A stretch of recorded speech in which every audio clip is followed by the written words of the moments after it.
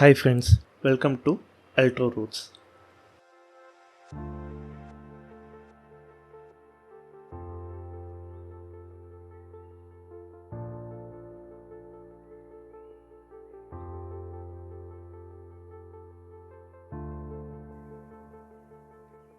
இந்த வீடியோவில் screen printer மிஷினை பற்றி நம்ம பார்க்க போகிறோம்.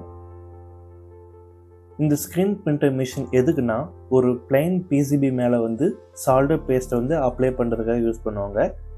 ஸோ ஏன் இந்த எஸ்எம்டி மிஷின்ஸ்லாம் யூஸ் பண்ணுறாங்கன்னா, கஸ்டமர் பர் ஷிஃப்ட்டுக்கு ஒரு டார்கெட் சொல்லியிருப்பாங்க. எக்ஸாம்பிளுக்கு 3000 பிசிபிஏ போர்டு ரெடி பண்ணணும், இல்லைனா எனக்கு ஒரு ப்ராடக்டாக ரெடி பண்ணணும்னு சொல்லிட்டாங்கன்னா அதை நம்ம அச்சீவ் பண்ணணும். டார்கெட் மட்டும் அச்சீவ் பண்ணால் பார்த்தாது, நம்ம குவாலிட்டியாகவும் கொடுக்கணும். ஸோ அப்போ தான் கஸ்டமர் சாட்டிஸ்ஃபை ஆவாங்க. இதெல்லாம் வச்சுட்டு தான் இந்த எஸ்எம்டி ஸ்டேஜஸ் ஒவ்வொன்றும் ஃபாலோ பண்ணி வரும். ஸோ இந்த எஸ்எம்டி ஸ்டேஜில் ஃபஸ்ட்டு ஸ்டேஜ் பார்த்திங்கன்னா இந்த ஸ்க்ரீன் பிரிண்டர் மிஷின்.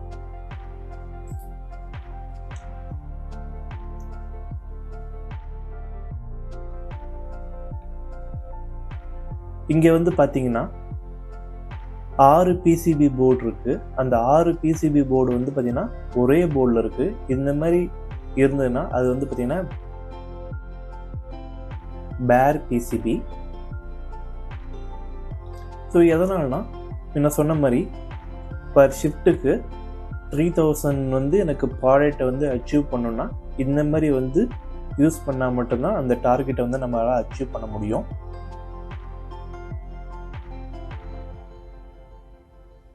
ஸோ இப்போ இந்த இமேஜில் பார்த்தீங்கன்னா சால்டர் பேஸ்ட் அப்ளை பண்ணுறதுக்கு முன்னாடி, இது சால்டர் பேஸ்ட் அப்ளை பண்ணதுக்கு அப்புறம்.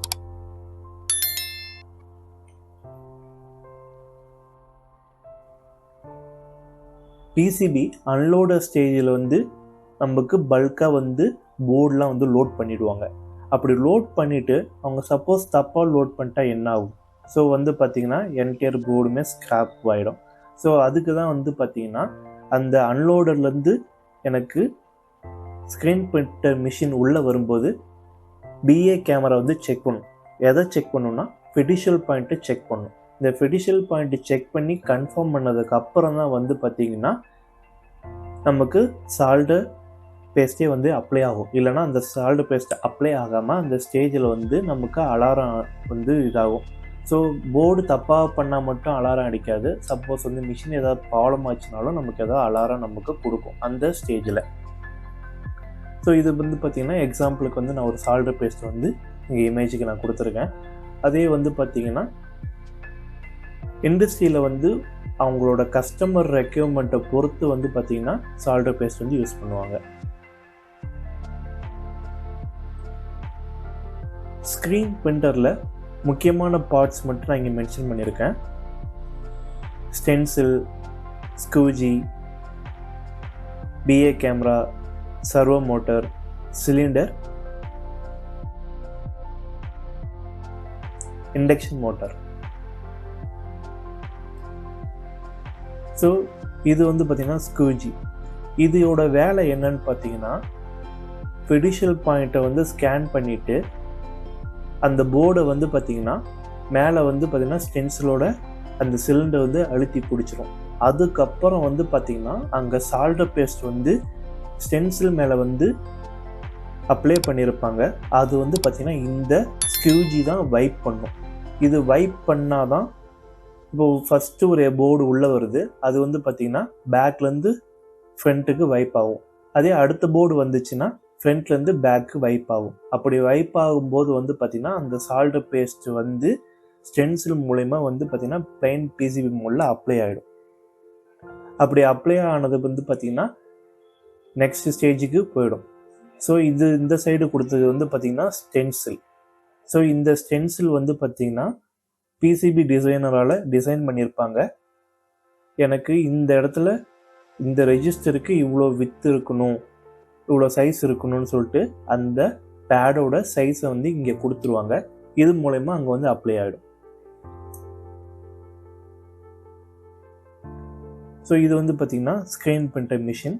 ஒரு பிசிபி போர்டு இங்கே உள்ளே வந்துட்டு அதுக்கப்புறம் நமக்கு ப்ராசஸ்லாம் முடிஞ்சிட்டு நமக்கு பிசிபி போர்டு வெளியே அவுட் ஆகிடும். ஸ்டார்டிங்கில் ஒரு டெமான்ஸ்ட்ரேட்டிவ் வீடியோ பார்த்த மாதிரி இப்போ வந்து நான் திரும்ப வந்து அதை நான் கொடுக்குறேன். அதில் வச்சு இப்போ எக்ஸ்பிளைன் பண்ணால் உங்களுக்கு கிளியராக புரியும்.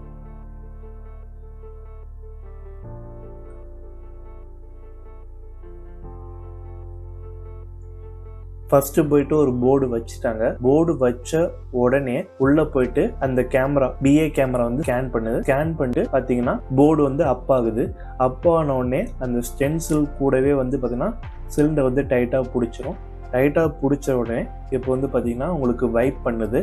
அதை வைப் ஆகி முடிஞ்ச உடனே போர்டு கீழே போயிட்டு அடுத்த ஸ்டேஜுக்கு மூவ் ஆகிடும். ஸோ இது வந்து பார்த்தீங்கன்னா இண்டஸ்ட்ரியில் யூஸ் பண்ணுற ஆட்டோமேட்டிக் ப்ராசஸ். இதே மேனுவல் ப்ராசஸ் என்னன்னா, நீங்கள் வந்து ஒரு PCB போர்டு வந்து நீங்கள் தனியாக ஆர்டர் பண்ணுறீங்க. ஆர்டர் பண்ண உடனே வந்து உங்களுக்கு கூடவே நீங்கள் ஸ்டென்சிலும் ஆர்டர் பண்ணணும். அந்த ஸ்டென்சில் வந்துச்சுன்னா நீங்கள் அந்த PCB போர்டை வச்சுட்டு ஸ்டென்சில் வந்து மேலே வச்சுட்டு சால்டர் பேஸ்ட் வந்து நீங்கள் வச்சு அப்ளை பண்ணிவிட்டு ஏதோ ஒரு கார்டோ ஏதோ ஒன்று வச்சு நீங்கள் வைப் பண்ணிங்கன்னா அது மேலே அப்ளை ஆகிடும். சில பேர் என்ன பண்ணுவாங்கன்னா, அந்த இன்ஜெக்ஷன் மாதிரியே இருக்கும், அந்த ஒவ்வொரு பேடு மேலே வந்து கரெக்டாக வைப்பாங்க. அது ஓகே. ஆனால் எல்லா டைமும் வந்து கரெக்டாக இருக்காது. நீங்கள் ஸ்டென்சில் வச்சு பண்ணும்போது அதோட அக்யூரேசி வந்து உங்களால் அச்சீவ் பண்ண முடியும். ஸோ இதுதான் வந்து பார்த்திங்கன்னா மேனுவல் ப்ராசஸ்.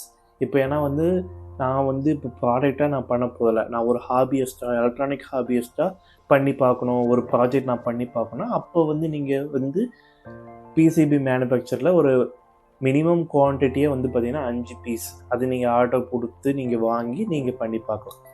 வரப்போகிற வீடியோவில் நம்ம அது மாதிரி ஒரு ப்ராஜெக்ட் பண்ண போகிறோம். உங்களோட சப்போர்ட் கொடுத்தீங்கன்னா இந்த சேனலை நெக்ஸ்ட் லெவலுக்கு கொண்டு போக முடியும். ஸோ சப்ஸ்கிரைப் பண்ண மறந்துடாதீங்க. Thank you friends.